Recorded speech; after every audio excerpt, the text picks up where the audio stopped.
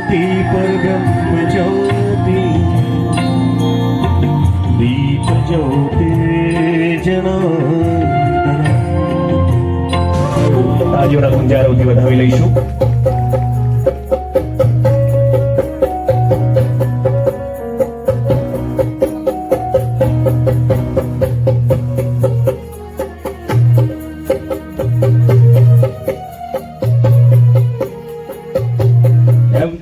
મારી હસ્તી એ રીતે વિસરાઈ ગઈ, મારી હસ્તી એ રીતે ખોવાઈ ગઈ કે વિસરાઈ ગઈ કે જળમાંથી આંગળી ખેંચીને મારું અસ્તિત્વ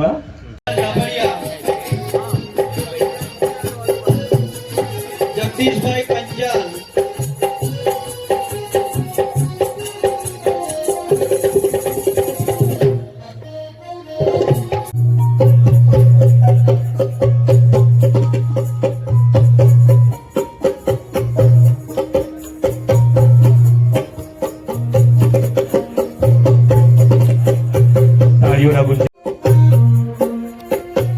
ખૂબ ખૂબ આભાર।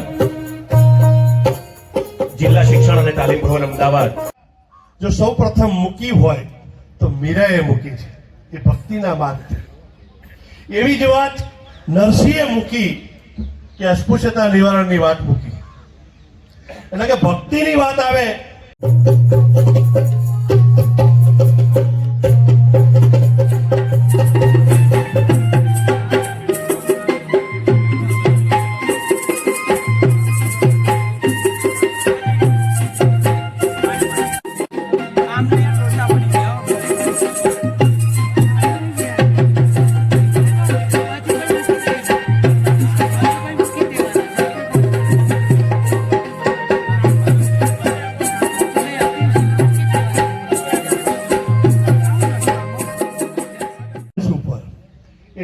નું સમર્પણ છે, અને સમર્પણ ભાવનાથી આપ સૌ જોડાવ છો ત્યારે એક નવું ઇનોવેશન બને છે, નવી એક ટીમ એટલે કે યુનિવર્સિટી બને છે, અને યુનિવર્સિટીના માધ્યમથી આપણે સૌ એકબીજા અમદાવાદ ડાયટ લેક્ચરર શ્રી જીભાઈ દેસાઈ સાહેબને વિનંતી કરીએ છીએ કે એમને પ્રમાણપત્ર અર્પણ કરીને સ્મૃતિ ભેટ અર્પણ કરીને આજની ક્ષણે એમનું સ્વાગત સન્માન કરશે। પ્રમાણપત્ર પ્રાપ્ત કરીને પ્રતિક રૂપે સન્માન પ્રાપ્ત કરી રહ્યા છે સોઢા સાહેબને વિનંતી કરીએ કે એમને પ્રમાણપત્ર અર્પણ કરીને આજની ક્ષણે એમનું સન્માન કરશે।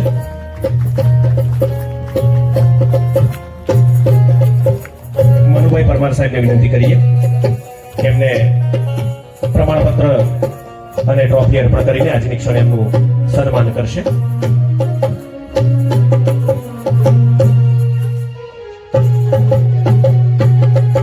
પ્રાથમિક શાળા કઠલાલ તાલુકો ગોસ્વામી સાહેબને વિનંતી કરીએ કે એમને પ્રમાણપત્ર અને ટ્રોફી અર્પણ કરીને આજની ક્ષણે એમનું સન્માન કરશે।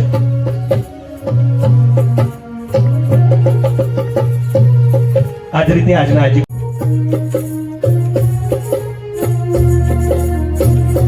શિક્ષકો દ્વારા કરવામાં આવતી સુંદર પ્રવૃત્તિઓ, શાળાની સુંદર પ્રવૃત્તિઓને હંમેશા લોકો સુધી પહોંચાડવાનું પ્રોત્સાહન પૂરું પાડે। આજે એવું જ હતું કે 99 તો હું નહોતો જ આવવાનો, સવારમાં ફોન આવ્યો સાહેબ આવવું જ પડશે, એટલે પછી તૈયાર થઈને ડાયટ મારું છે। અને આ જિલ્લો આજના ખેડા જિલ્લા કક્ષાના 11મા ઇનોવેશન ફેસ્ટિવલમાં ઉપસ્થિત માન્ય અને સન્માન્ય આજ વિસ્તારના અને આખા ખેડા જિલ્લાના લોકલાડીલા અને જેમની આંગળી પકડીને અમે ડાયટમાં શીખ્યા હતા એવા પરમ મિત્ર કેસી સોઢા સાહેબ, માન્ય MB પરમાર સાહેબ સાથે ખૂબ અપડાઉન કર્યું, ખૂબ કાર્યક્રમો કર્યા, એમના નેતૃત્વ હેઠળ પણ કામ કરવાનો આનંદ આવ્યો। અમદાવાદ શહેર ડાયટના સિનિયર લેક્ચરર એવા જીભાઈ દેસાઈ સાહેબ, રાષ્ટ્રીય શૈક્ષિક મહાસંઘના અધ્યક્ષ ઈશ્વરભાઈ ગાંગોર સાહેબ, એવા જ બીજા રાષ્ટ્રીય શૈક્ષિક મહાસંઘ એચટાટના અધ્યક્ષ શ્રી અર્જુનસિંહ ડાભી સાહેબ, ખેડા જિલ્લા ઉત્કર્ષ સુંદર મજાની સ્મૃતિ ભેટ દરેક મહેમાનશ્રીને અર્પણ કરવામાં આવી રહી છે.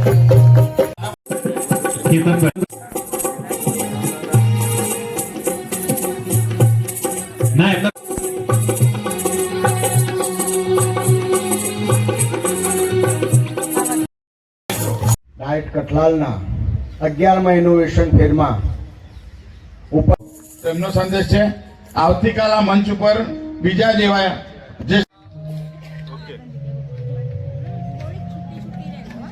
ધનપુર માતર તાલુકો તમારા તમામ જે 60 ઇનોવેટિવ ટીચર્સ ગાડીઓના ગુજારા ઉતરતા રહીએ.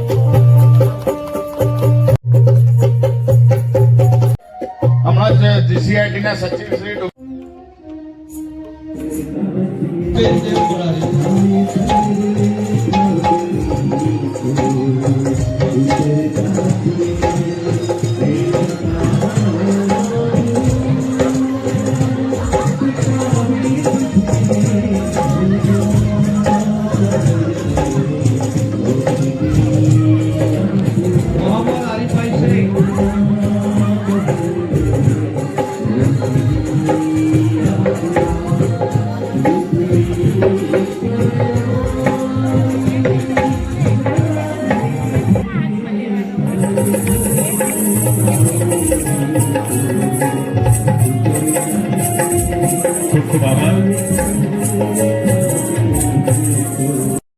રણસિંગા વગાડવા માટે આપણા પરમ વંદનીય પરિવારના વડા એવા આદરણીય ગોસ્વામી સાહેબે કે ઇનોવેશન આવે છે.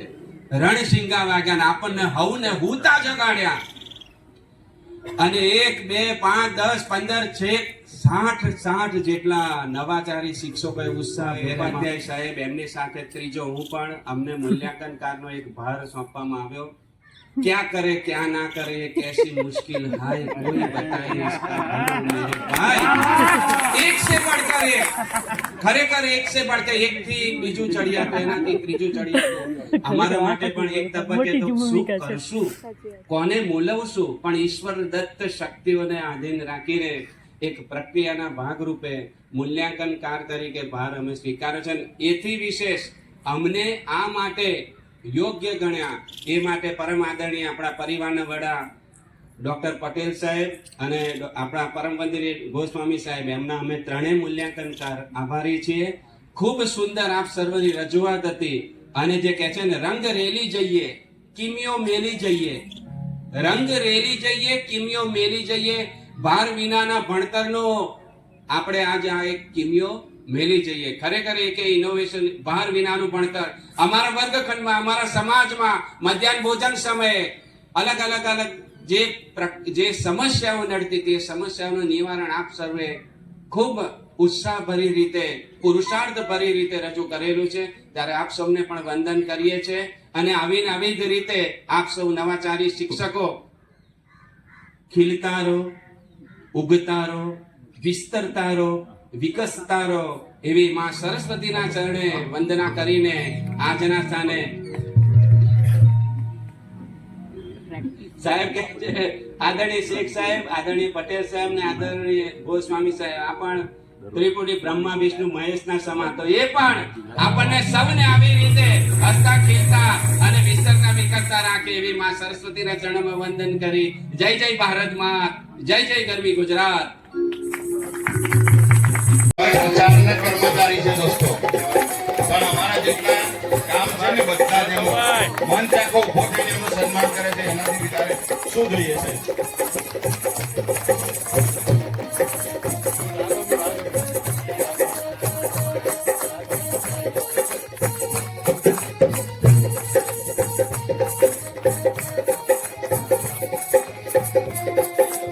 આ મંચ તેમનો આટલો આદરપૂર્વક સત્કાર કરે છે એ માટે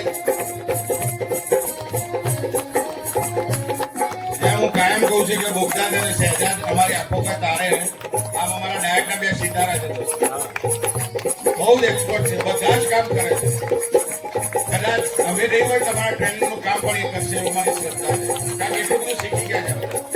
આયોજન એ કરે છે, બધા રૂમ ફોર્મ તૈયાર કરે છે. નાનામાં નાની વાતો આવનાર તમે જો ને એના માટે આ ધ્યાન રાખે છે. હંમેશા આપણે પહેલા પગથિયાને ભૂલી જઈએ છીએ અને છેલ્લાની યાદ કરીએ છીએ. પ્રથમ હતું તો ઉપર સુધી પહોંચ્યા છીએ, નહીં તો પહોંચવાનો રસ્તો નથી મિત્રો. એટલે પહેલાને હંમેશા નમન કરીને જજો. આ મારી તમને સૌને સલાહ છે. એ માટે એમનું સન્માન છે અને સ્વાગત છે. આભાર.